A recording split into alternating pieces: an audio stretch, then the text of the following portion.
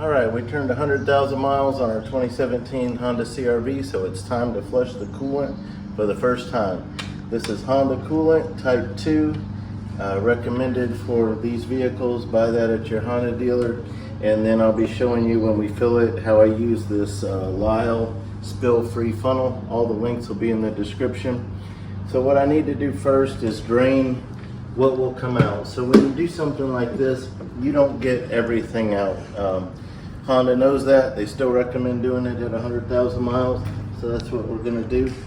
So down under here, about straight down from here, there's a hole in the skid plate for you to access the drain plug for this without taking anything off. I have a pair of channel locks because prior experience, I've never been able to loosen one by hand. After 100,000 miles, they're usually on there pretty good. You want to be careful. It's just a plastic drain plug with a little O-ring on there, so definitely don't want to be too harsh with it. And also when we put it back on at the end, we definitely don't want to use channel locks to crank it back down. We'll just hand tighten it at the end, but we'll probably need them to get it off. So I'll show you the best I can. I got a headlight. I'll grab the camera, and we're going to be looking right under the car, right about right here. So it's right in the front, easy to get to. So let's get started. I'll get the headlight on and get in position and do my best to show you what it looks like under there. Tighten this up a little bit.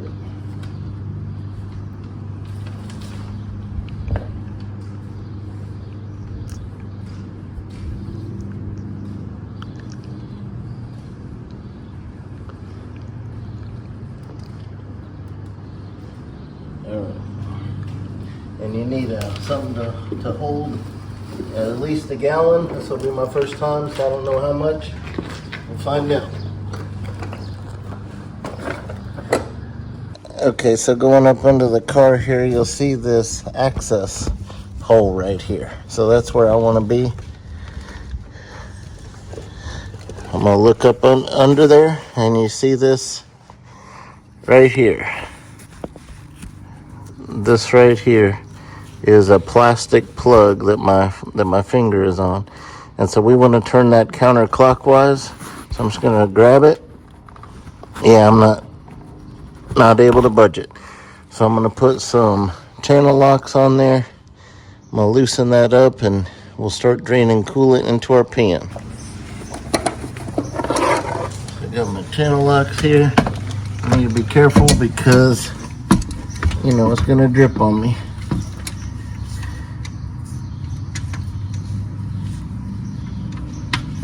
Okay, that's all it took. Just barely had to use the channel locks. Now I want to get my pan under here. Now if your engine's hot, you don't want to do this when it's too hot. So mine's been sitting quite a while, so you don't want that coolant, that hot coolant, to hit you.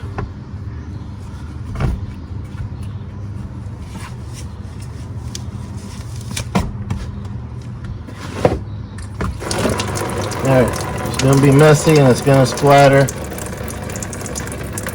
I would love to be able to get it more, but it's really, really messy.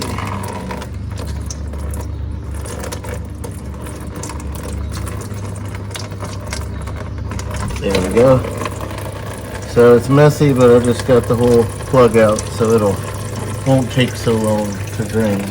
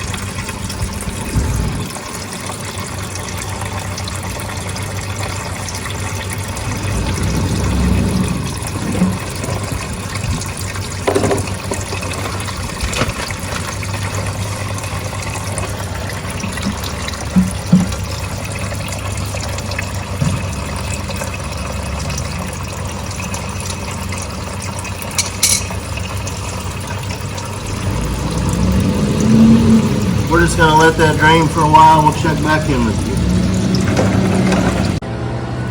Most vehicles have a radiator cap over here and then a plastic overfill tank over here for the coolant, but on this particular model, it only has the plastic tank and your actual radiator cap is on here. So this is the only one you have. So I took this off to allow more airflow so it'll drain a little quicker. So I'm gonna set this cap aside, and while it's doing that, I'm gonna take my funnel that I have and we're gonna look at these attachments that it has inside for different vehicles. And I'm gonna figure out the right one for this vehicle. So, okay, so this Lisle spill-free funnel has a lot of adapters for various radiator caps, and I wasn't really able to find one that I felt fit snugly on this, so I'm gonna use the one that works, which is this green and this shape, but it doesn't really fit tight, but I think it's gonna do the job. So I can get it on there, it just doesn't lock in like I would prefer. So looking at our drain, it's done. I'm gonna show you what the drain cap looks like.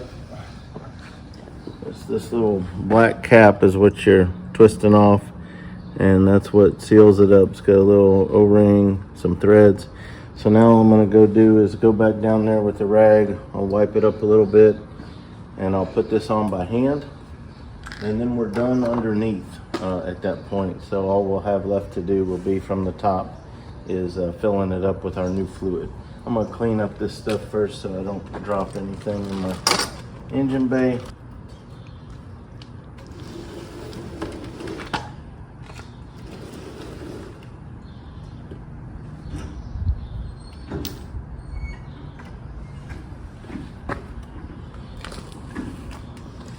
There's our old coolant. Set it over here till we drain it.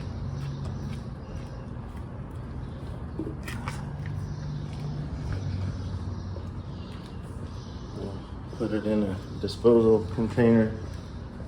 Made quite a mess here.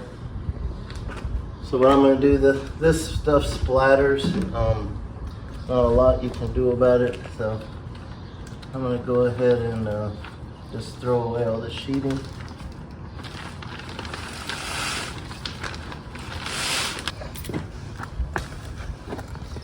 All right, got a little bit of a mess under here. I can wipe off with the rag on my black plastic part of the skid plate, and then just try to definitely wear glasses so you don't drip it in your eye.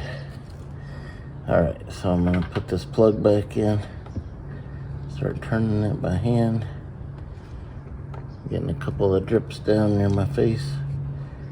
All right, so now that I got it in, I'll just position my hand where I can turn it a little bit snug, and that's it. Okay, now that we got our drain plug back in, we're gonna start the fill process. I still have to rotate the tires, so I'm gonna leave it elevated. But if I wasn't rotating the tires, I could go ahead and put it back on the ground for this. So I'm gonna go ahead and put this funnel in. I'll take out this plug. I'll put my funnel in right there.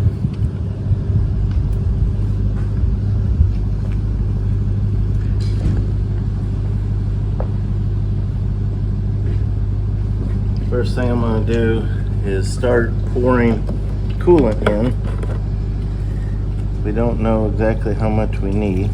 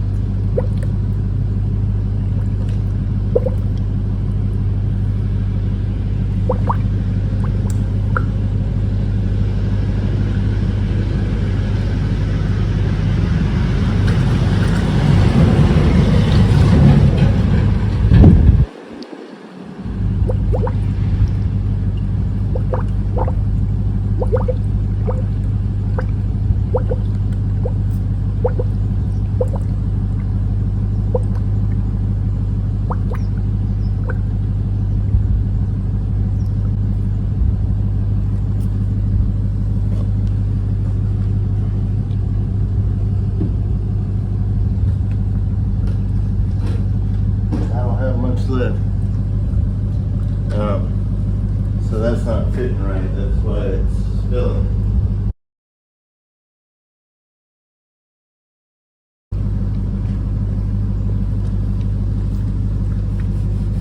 See, I'm not going to be able to use that, I don't think, because of that.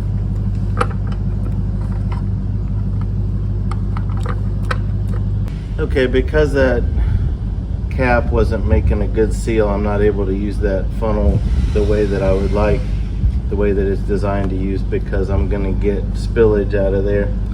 So I'm going to go ahead and start the car and run it and let it heat up.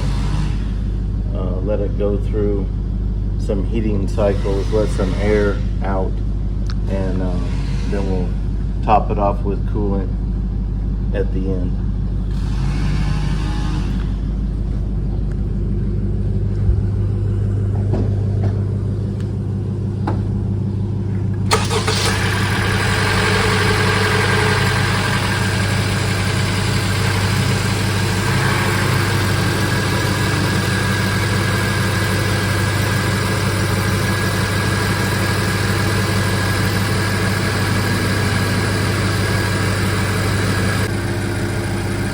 Okay, so we put enough antifreeze in where I can tell that it's still got some in the reservoir when I look in where it's not empty.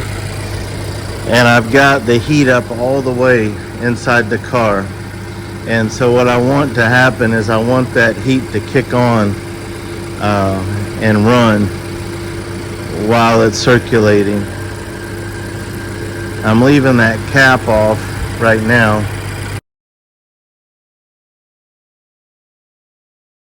To let some air out of the system as it circulates.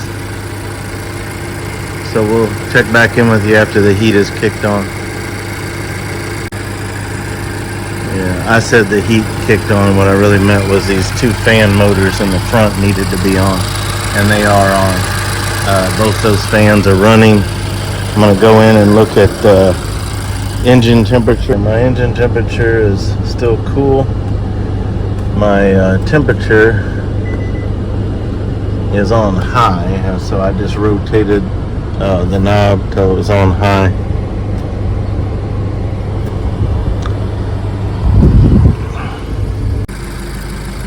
Our engine temperature is coming up a little bit, but I'm going to go ahead and put this cap back on.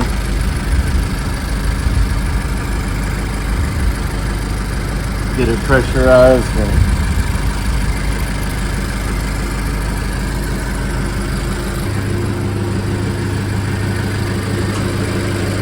Alright, well, we're going to go ahead and keep an eye on the engine temperature. Let it run while we're doing a tire rotation, just to keep an eye on it. I'll check that engine temperature every couple of minutes. We'll check back in with you. Okay, so we're done with everything. I let the car run for a very long time with the cap back on, and I don't know if this allows for the air to escape. I'm thinking that it probably does. So what I did was I just left the cap on, made sure that I had antifreeze up to this level where I could see it in the reservoir. I just let it run for like 20 minutes or so while I did the tire rotation. And so what I'm gonna do is, this isn't a perfectly level surface like my garage. So this has a min and a max line on your reservoir. So I'm gonna wait till the engine cools down and I have it in the garage, and just make sure that I have it between the min and the max there. But this is done now. The coolant is done. We ended up putting the coolant into a container to see how much we got out, and it was right at 1 gallon. So this took us right at 1 gallon of antifreeze, and so this job is done. Thank you for watching.